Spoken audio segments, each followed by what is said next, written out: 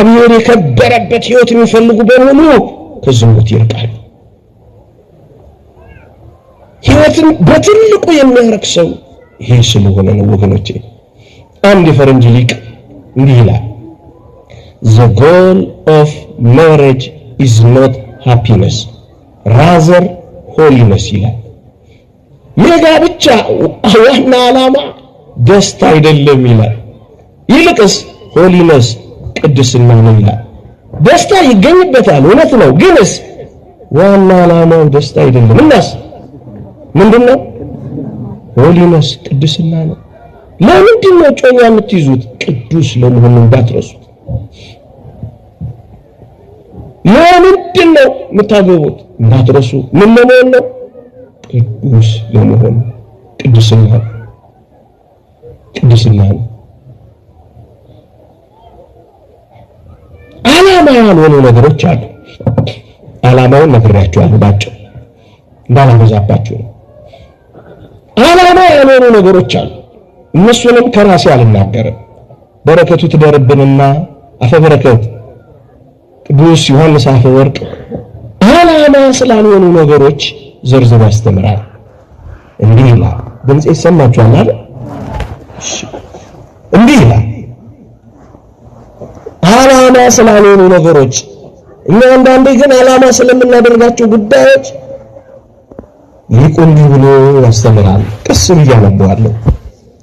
ገንዘብን አትሹ፣ የወላጆችን ባለጠግነት አትመልከቱ፣ የትውልድ ቀዮንን ባለጠግነት አትፈልጉ፣ እነዚህ ነገሮች ሁሉ ዋና አይደሉምና ይላል። ገንዘብ ያስፈልጋል አያስፈልግም?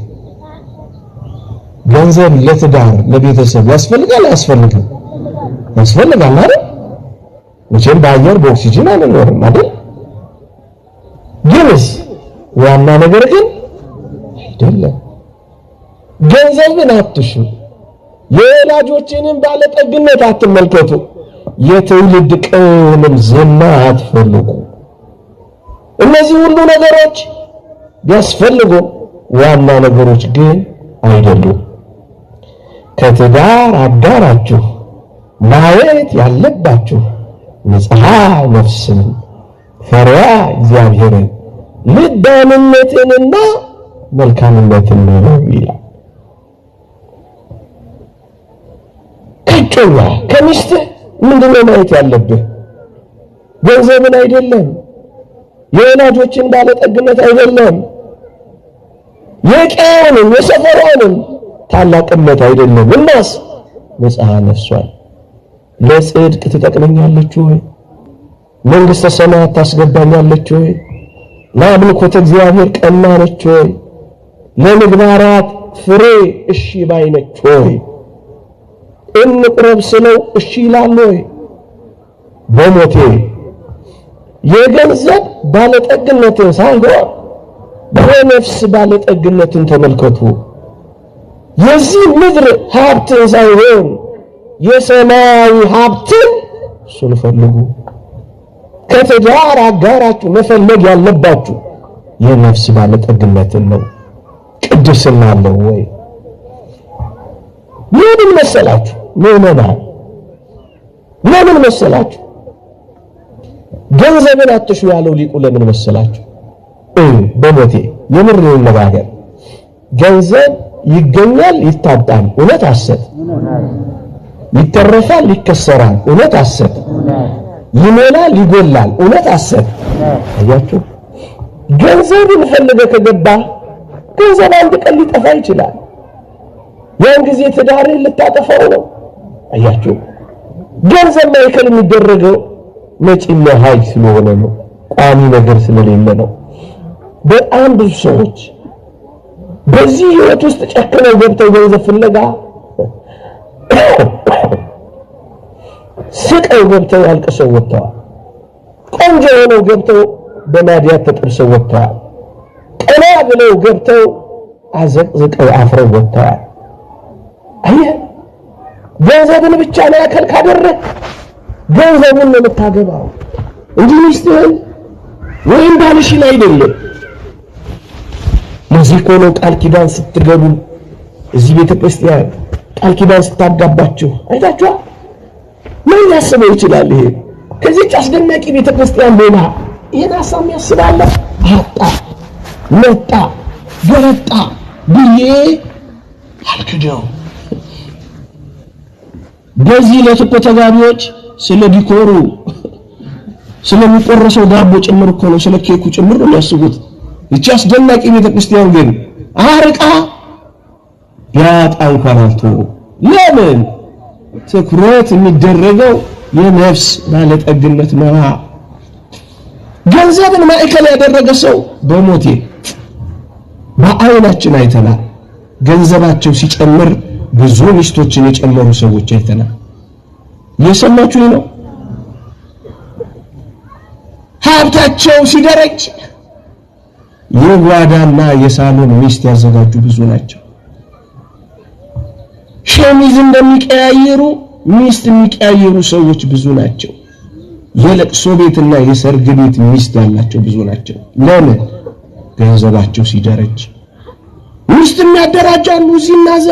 ለዚህ እኮ ነው ገንዘብን አትሹ። ያስፈልጋል። አዎ፣ ግንስ ዋና ነገር እስኪ ምን ዋና ነገር አይደለም። ዋና ነገር አይደለም። ገንዘብን አትሹ። እንደውም አንድ ሊቅ ምን ይላል?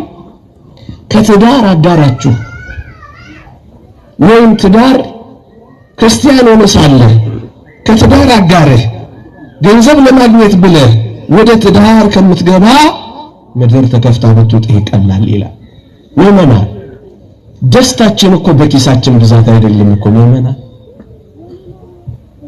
እግዚአብሔር ከኛ ጋር ከሆነ እኮ ነው ደስ ልንሰኝ የሚገባው። ብዙ ባለጠግነቶች አላሳርፉትም። ይህ ህዝብ ከባለጠግነት በላይ ባለጸጋ የሆነውን እግዚአብሔርን መያዝ ነው የሚያሳርፈው። እዛ ዮሐንስ ራእይ ምዕራፍ 2 ቁጥር 7 ላይ ፖሊካርፖስን እንዲህ ይላል፣ የሰርሙኔሱን ቤተክርስቲያን አለቃ መቸገርህን አውቃለሁ፣ ድህነትህን አውቃለሁ፣ ነገር ግን አንተ እኮ ባለጸጋ ነህ ይለዋል። ድሃ ነው ግን ባለጸጋ ነው። ለምን? ሃይማኖት አለው። ድሃ የሚባለው ማን እንደሆነ ታውቃላችሁ ወጣቶች? ራሱን መግዛት የማይችል ሰው ነው ድሃ። እዚህም እዚያም የሚቅለበለብ ሰው ነው ድሃ። ስሜቱን መቆጣጠር የማይችል ሰው ነው ድሃ። ሃይማኖተኛና በስነ ምግባር ካጌጠ ግን እሱ ባለጠጋ ነው። ለዚህ ነው ድህነትህን አውቃለሁ፣ መቸገርህን አውቃለሁ፣ ነገር ግን ባለጸጋ ነህ አለው። የሎዶቅያን ቤተክርስቲያን አለቃ ደግሞ እንዴት እንደወቀሰው አልሰማችሁ? ሎዶቅያ የሐር ልብስ የሚያመርቱ የአይን ሕክምና ያላቸው በጣም ባለጸጎች ከፍ ያሉ የመደብ አባላት ናቸው። ግን ምን እንዳላቸው ታውቃለህ? ደሃ ጎስቋላ የተራቆትከም ስለሆንክ አላቸው። ጎበዝ፣ የክርስትና እይታችን ባለጸግነትና ድህነትን የሚበይነው እንዴት ነው? እግዚአብሔር ካላችሁ ደሃ ነኝ ብላችሁ ጭርምት ኩርምት ትላላችሁ። ለዚህ እኮ ነው ገንዘብን አትሹ፣ ይልቅስ የነፍስ ባለጠግነትን ተመልከቱ። ሁለተኛስ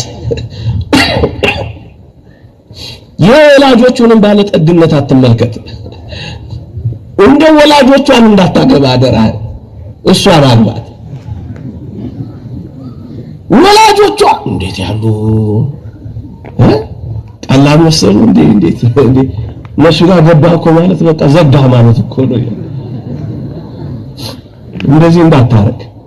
እነሱን አታገባማ። እነሱ ነው የምታገባው፣ እሷን ነው የምታገባው እንጂ የብረት መዝጊያ ይሆናል የተባለ ማለት የሳጠራ መዝጊያ እንኳን ሳይሆን ቀርቷል። አይተናናቅም እናንተ ባላቁም ያውቃል ያ